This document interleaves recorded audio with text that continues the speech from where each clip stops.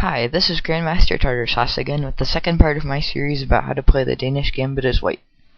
If you haven't already watched my first video, I recommend that you do that before watching this one. This video will be about what to do if black declines the gambit in different ways. Let's get started. White plays pawn e4, black plays e5, and white plays d4. Black could try pawn to d6. This looks like a good move because it guards the pawn that's being attacked, but after white takes and black takes, white trades queens, and black has to take. And white should be much better after moving his knight to f3, and later on shadowing his bishop. Black will probably have to play that at some point, and white should be in much better position, especially after advancing this knight and just developing like normal, because black's king is in the center.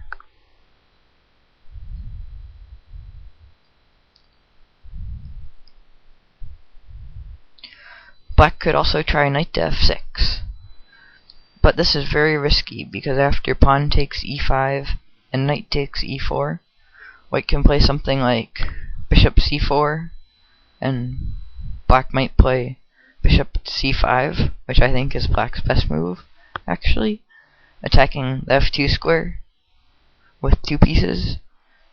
But white can counterattack by taking on f7, and after black takes and queen goes to f3, he will win the black knight.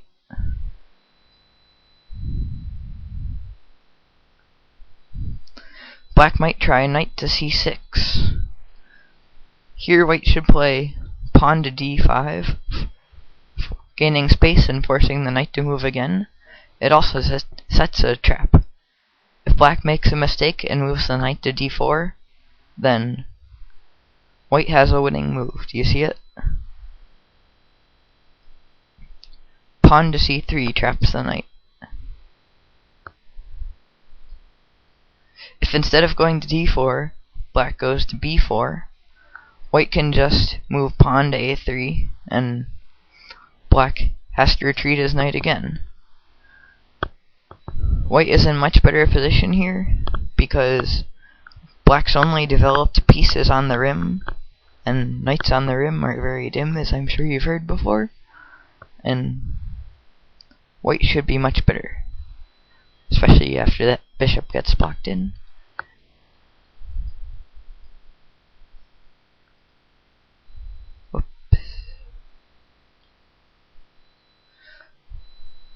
Pawn to d5 is another alternative for black.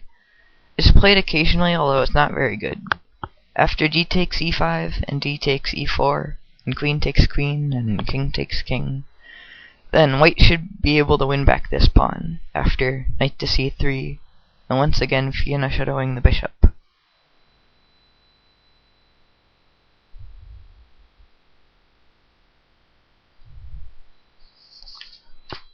So black should take the pawn on d4,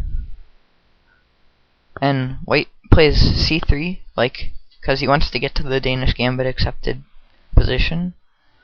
Black once again has some interesting ways to decline the gambit. The most common is pawn to d5. This is called the Capablanca defense after the Cuban Grandmaster. Here white should take the pawn on d5, and after black takes with the queen and white takes d4, I think that white is in better position because he'll be able to attack black's queen, which is in the center, forcing the queen to retreat again and gaining tempo. Another move 3 alternative for black is queen to e7. This is called Rosentreater's defense. The main line goes white takes pawn, black also takes the pawn with the queen, and bishop goes to e3. Later, white will play knight to c3, chasing away the black queen and gaining time and space once again. The last move 3 option for black we'll look at is pawn to d3. Or d6, sorry. Or wait, no, actually I do mean d3. This prevents white's f1 bishop from developing to its best square on c4. And white should take the pawn with the bishop, bringing material back to equal. White's lead in development here should be enough to win. A possible line from this position goes knight to c6, knight to f3, pawn to d6, pawn to h3, knight to f6,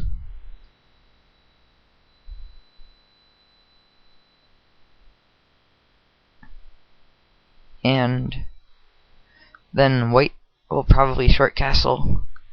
Bishop goes to e7, knight goes to d4, short castle, pawn to f4, rook to e8, and queen f3, followed by bishop to e3,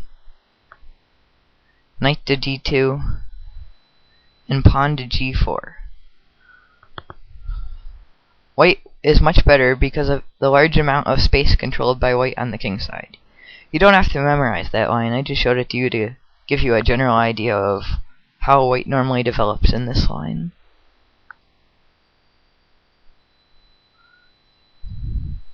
So black should take the c3 pawn, and white should play bishop to c4, offering up the last pawn. This is black's last chance to decline the gambit. In this position, some people sometimes play bishop to b4. This is an interesting idea because they're thinking that after white takes c3, then black will just take with the bishop, trading off pieces, and the long diagonal is kept closed because the dark squared bishops are off the board. However, we're not actually going to take that c3 pawn with the knight. It's best to take with the pawn, forcing black to move again. Now, this is a very tricky situation for black, especially because after some move like bishop to a5, then white has a winning move. Do you see it? White could play queen to d5. This threatens checkmate on f7 and attacks the a5 bishop, which will be lost. Black can take the pawn, but white is easily able to defend.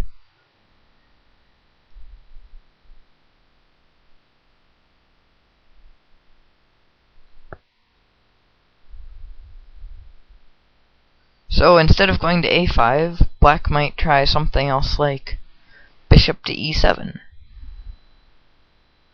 This is also a very bad move, because of the same move by white. There's only one line that black can use to avoid checkmate. Do you see that? Black sacrifices his knight on f6, and after white removes the defender, black castles and white just retreats. Well, actually, he probably wouldn't retreat there. He would retreat there. But either way, white is up a minor piece. So black would probably go to d6, and it blocks in the c8 bishop and just closes up the queen side. And in order for black to have any success in the Danish Gambit, he has to develop the queen side. And unfortunately for him, that can't happen very easily in this line.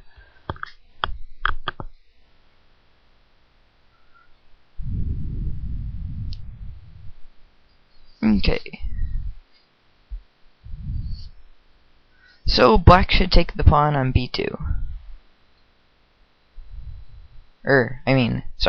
After bishop c4, then black takes on b2. And white will take on b2 with his own bishop. Here you have reached the Danish Gambit accepted.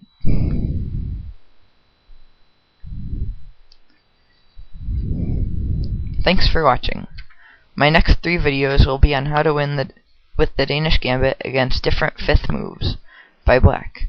I hope you win with the Danish Gambit. This is Grandmaster Tartar Sauce signing off.